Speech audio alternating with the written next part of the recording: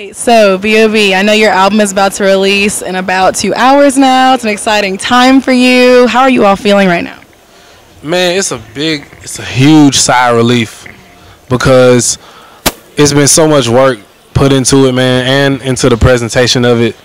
And I'm huge on presentation. Like I don't like giving away tidbits and sneak peeks too often. So stuff like this is what I live for. And yeah, I know. I heard you on the radio. Actually, I heard you on B103 on the way over here. I was like, I know he is lit right now.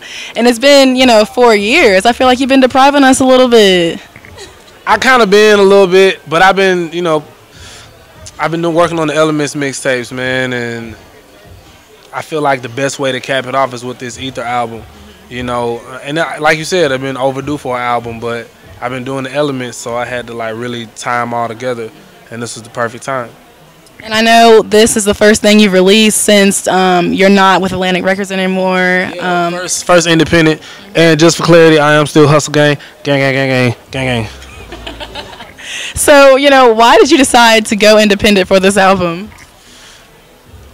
Well, it wasn't necessarily that I decided to go independent for this album. It just so happened to happen around this time.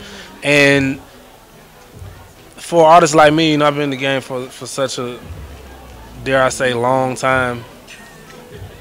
I feel like you're pretty seasoned. Yeah, I got a little seasoning, but I will say this: it couldn't have happened at a better time. And so, what do you feel like makes Ether different than The Adventures of Bobby Ray or past albums that you've released? Ether's just a more lyrical album. It's a more lyrical approach, more of a hip-hop approach. But I feel like it gives something for all my fans, whether you're a hip-hop fan, conscious, trap, pop, alternative, whatever it is, it's got something for you on there. Yeah.